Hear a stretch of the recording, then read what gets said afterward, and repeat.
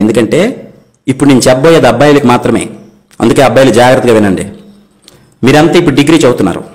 చూడండి, ఇక్కడ ఎంత బాగా చదువుకున్నా చివరికి ఏదైనా జాబ్ చేసుకుని సెటిల్ అవ్వకపోయినా అమ్మాయిలకు హౌస్ కీపింగ్ అనే జాబ్ ఉంది. అందుకే వాళ్ళు జాబ్ చేయకపోయినా వాళ్ళని ఎవరేమనరు. మరి అబ్బాయిలు తప్పకుండా ఏదో ఒక పని చేయాలి. అందుకే మీరే జాగ్రత్తగా వినండి.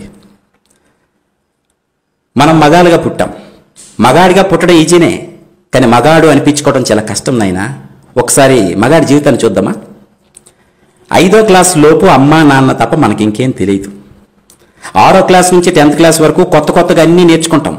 పుస్తకాల్లోని పాఠాలన్నీ చదివేసి మనమే గొప్పోడుగా ఫీల్ అయ్యి అమ్మా నాన్నకి ఏం తెలియదు అనుకుంటాం. నాన్నకంటే నేనే తెలివైన వాడిని అనుకుంటాం. ఇంటర్ డిగ్రీలు మరి చెప్పాల్సిన అవసరం లేదు. కుర్రోళ్ళం అయిపోయాం. కాలేజీలో అటెండరు, స్వీపరు, వాచ్మెన్ ఇలాంటి వాళ్ళని చూస్తే చాలా చీప్గా కనిపిస్తారు మన కళ్ళకి. ఇలాంటి పనులు మనం చస్తే చేయమనుకుంటాం. జీతం లేదో పెద్ద పొడి చేస్తాం అనుకుంటాం. తీరా డిగ్రీ పూర్తి బయటకు వచ్చాక చేతిలో ఉద్యోగం లేక, సంపాదన లేక, బయటికి వెళ్ళి బ్రతకలేక సంపాదించడం ఎంత కష్టమో అప్పుడు తెలుసుకుంటాం. చిన్న ఉద్యోగమైనా ఎంత విలువైందో అప్పుడు అర్థమవుతుంది.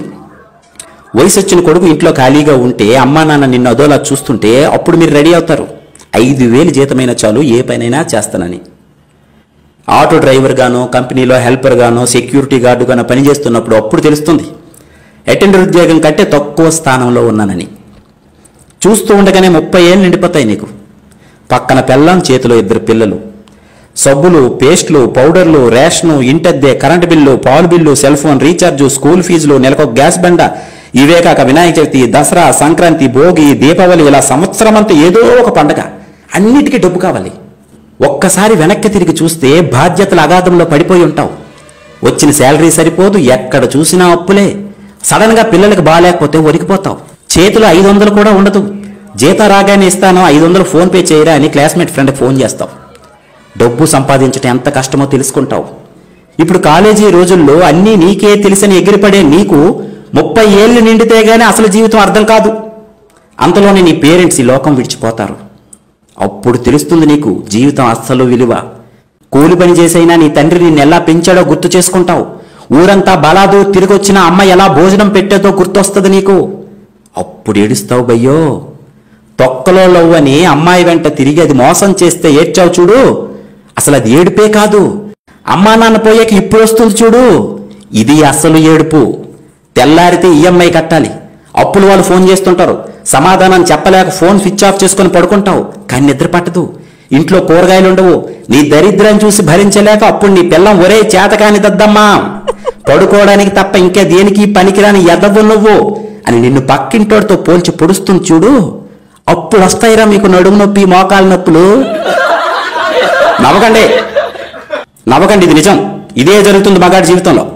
ఇప్పుడు అనిపిస్తుందిరా నీకు, చీ దీనమ్మ జీవితం, అసలు మగాడిగా ఎందుకు పుట్టానురా అని.